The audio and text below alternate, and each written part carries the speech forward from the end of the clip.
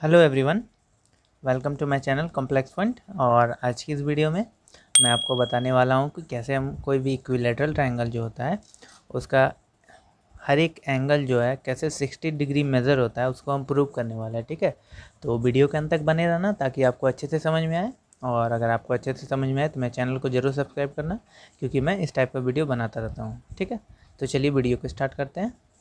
तो देखिए, मैंने एक फिगर बनाया है जो कि एक इक्विलेटरल ट्रायंगल है, जिसको कि इनको प्रूव करना है। इसका हर एक एंगल जो है, एंगल ए, एंगल बी और एंगल सी 60 डिग्री होना चाहिए। ठीक है, तो इसको हम कैसे करेंगे? तो सबसे पहले क्या होगा, जो जो दिया हुआ है वो मैं आपको बता देता हूँ। जैसा कि हम लोग जानते हैं इक्विलेटरल ट्रायंगल जो है उसमें साइड्स जो होता है वो इक्वल होता है। ठीक है, तो इसीलिए यहाँ पर मैंने दिखा भी दिया है। यहाँ पे हमारा क्वेश्चन में ही गिवन है कि साइड्स जो है ए बी, जैसे कि जो दिया हुआ है गिवन उसको हम लिख लेते हैं। हमारा ए बी बी सी के बराबर है और बी सी हमारे ए सी के बराबर है। ठीक है, तो यहाँ हमारा तीनों साइड जो है ये वो इक्वल है और हमें प्रूव करना है एंगल ए, एंगल बी और एंगल सी 60 डिग्री होना चाहिए। ठीक है, तो चलिए प्रूफ स्टार्ट करते हैं। तो जैसा कि हम जानते हैं यहाँ पे ए बी बी सी के इक्वल है ना। तो जैसे कि ए बी बी सी की प्रूफ कर रहे हैं ना, तो वही प्रूफ लिख लेते हैं कि हमारा यहाँ पर दिया हुआ है ए बी,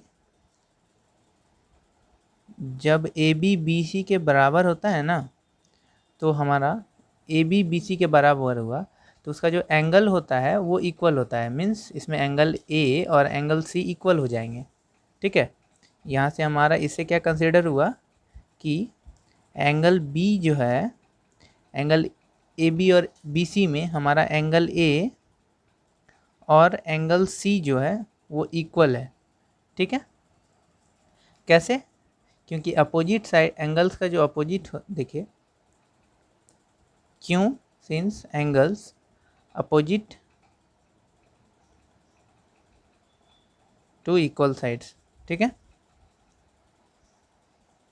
रीजन मैंने लिख दिया ताकि आपको और अच्छे से समझ में आए। अपोजिट एंगल है साइड्स का, इसलिए इक्वल होता है। तो हमारा एक तो निकल गया कि ए बी बी सी के बराबर है, इसलिए एंगल ए और एंगल सी बराबर हो गया। अब हमारा अगर हम ए बी ए सी के भी बराबर तो कह सकते हैं ना, हमारा ऊपर में ही गिवन है।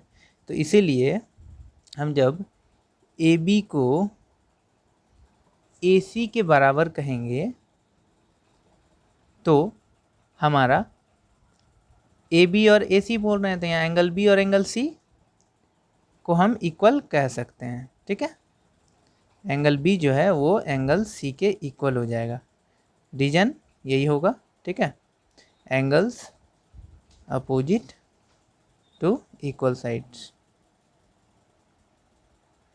हो गया। अब हमारा इससे, जैसे कि यहाँ देखिए दिया हुआ है एंगल ए एंगल सी के बराबर है और एंगल बी भी एंगल सी के बराबर है, तो हम कह सकते हैं ना कि एंगल ए, एंगल बी और एंगल सी तीनों एक दूसरे के इक्वल है ना। तो हमारा कंक्लूजन निकला हैंस कि एंगल ए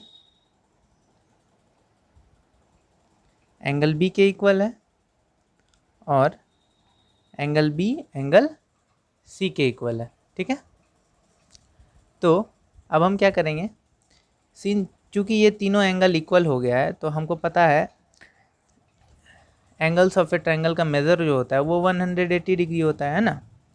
तो इसीलिए हम ये जो एंगल ए बी सी है, हम इसको angle A plus angle B plus C, angle C को 180 डिग्री के इक्वल कह सकते हैं।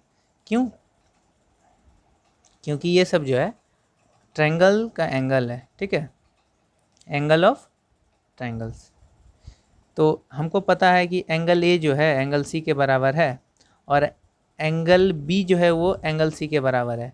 तो यहाँ पर इससे हमें क्या पता चल रहा है, इस इक्वेशन 1 से आप अगर देखें तो यहाँ से हमें लग रहा है कि एंगल जो ए है ये तीनों के बराबर है। तो हम क्या इस एंगल ए, एंगल बी और एंगल सी तीनों को एंगल ए नहीं लिख सकते हैं? ठीक है, तो हम इस एंगल ए को भी एंगल ए लिख दिए हैं। क्यों लिखे? क्योंकि यहाँ पे तीनों इक्वल है, तो हम इस एंगल बी को भी एंगल ए लिख देंगे और एंगल सी को भी एंगल ए लिख देंगे, जो कि हमारा 180 डिग्री के इक्वल है। अगर हम इन तीनों को जोड़ेंगे तो हमारा क्या आएगा? 3 एंगल ए, है ना, जो कि 180 डिग्री के इक्वल है। तो हमारा एंगल ए का वैल्यू क्या आ जाएगा यहाँ से? तो एंगल ए का वैल्यू हमारा देखिए एंगल आ गया 60 डिग्री। और जैसे ही हमारा एंगल ए का वैल्यू 60 डिग्री आया है, हमें क्या पता है कि एंगल ए जो है एंगल बी के बराबर है, एंगल सी के बराबर है, इसीलिए तीनों एंगल जो है वो 60 डिग्री के इक्वल हो जाएगा। ठीक है, तो इस तरह हम जो है कह सकेंगे कि जो तीनों एंगल है, एंगल ए, एंगल बी और एंगल सी 60 डिग्री के इक्वल हो गया। ठीक है, ये हमने निकाल के देख लिया। ठीक है, तो थैंक यू एवरीवन। अगर आपको वीडियो अच्छा लगा तो चैनल को ज़रूर सब्सक्राइब करना। ठीक है, मिलते हैं अगले वीडियो में, तब तक के लिए धन्यवाद।